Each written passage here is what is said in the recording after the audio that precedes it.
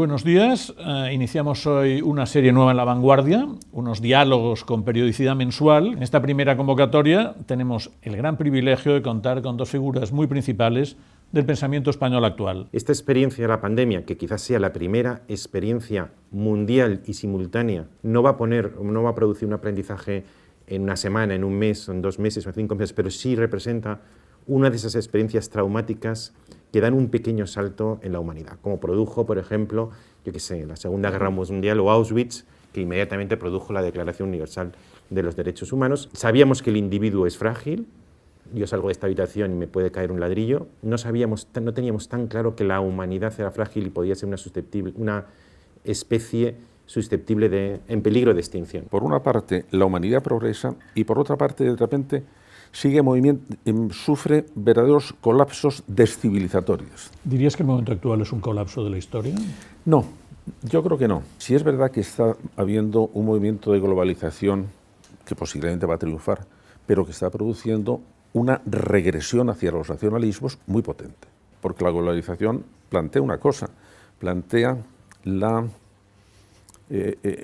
desarraigo. Lo que está mal no es la idea de progreso. Lo que está mal es la ley del progreso necesario, porque lo que tenemos que saber es que la historia es, por su propia naturaleza, precaria, reversible, humana y, por tanto, en cualquier momento expuesta a la barbarie. No es el progreso que va a ocurrir incluso sin nuestro concurso. Si no nos educamos en una virtud colectiva, en una costumbre colectiva, el regreso a la barbarie está siempre a las puertas. Si te hago a ti la pregunta, José Antonio, preguntando sobre todo por los más débiles, ¿en qué otra época distinta de finales del siglo XX y principios del siglo XXI le gustaría vivir a un pobre, a un enfermo, a un niño, a una mujer, a un homosexual, a un parado, a una persona con problemas psíquicos, a un extranjero, a un disidente, a un preso? Y siempre contestaríamos ahora, ahora, ahora, ahora, ahora. Entonces, por algo será. En estos meses ha ascendido el consumo cultural, mucha gente ha vuelto a leer, las series, se ha vuelto a escuchar música. ¿Será un efecto colateral de la pandemia reavivar el amor a la cultura que parecía un poco en una fase light y dejada? Cuando estamos hablando de cultura, ¿de qué estamos hablando? Porque cuando hablamos de cultura, y tú en este momento lo acabas de hacer, estamos hablando de cultura 5 estrellas. El arte, la literatura, la arquitectura, el cine, el teatro. Cuando estamos hablando de cultura, estamos hablando en realidad del conjunto de soluciones transmisibles que una sociedad da a los problemas que tiene realmente planteados, que son comer, vivir, relacionarse, expresarse, divertirse. Y entonces hay una parte que es una parte de la cultura que es bellísima, que es fantástica, pero que es una parte de la cultura. De manera que el escándalo de la cultura 5 estrellas es que no nos mejora otro tipo de cultura. Nos mejora, por ejemplo, la cultura ética, la cultura de los derechos, la cultura de la sensibilidad hacia las personas. La cultura, para mí, no es la nueva religión que viene a salvarnos. No nos transforma de pronto es una salida al problema. Porque el problema no tiene salida.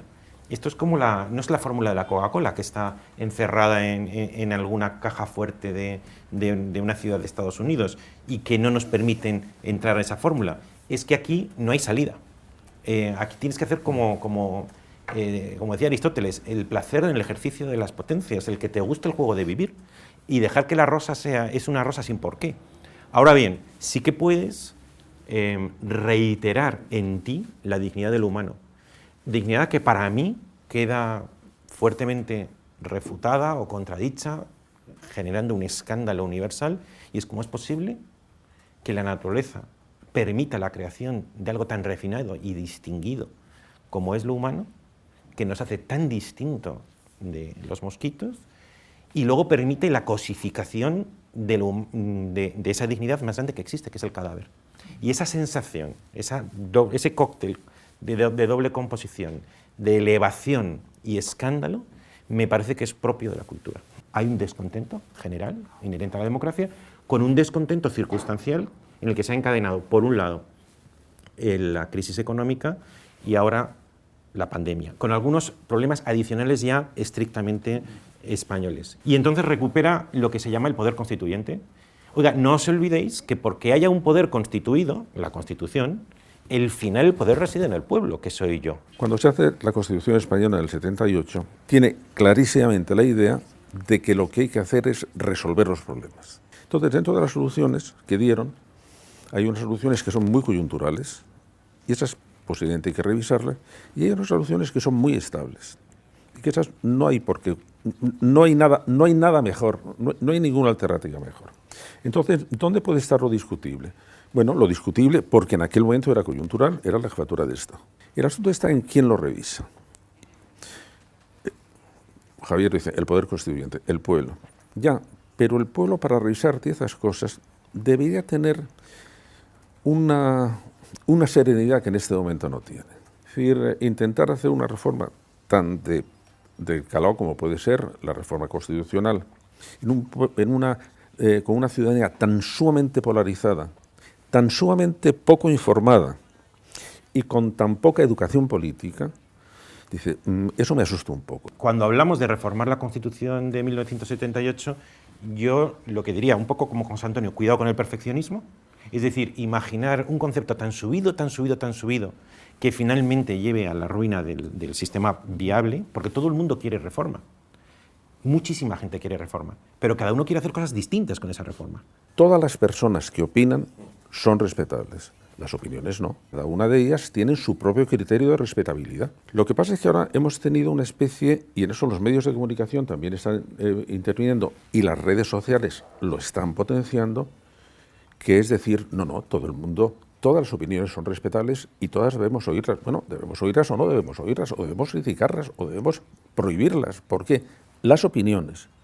Porque si de repente en este momento una persona está diciéndome que los judíos son homúnculos, es decir, oye, mira, hasta ahí hemos llegado. Nosotros hemos vivido desde el año 80, de los años 80, 90, primeros del siglo XXI, en la idea de que la libertad de expresión es un derecho fundamental que prácticamente no conoce límites.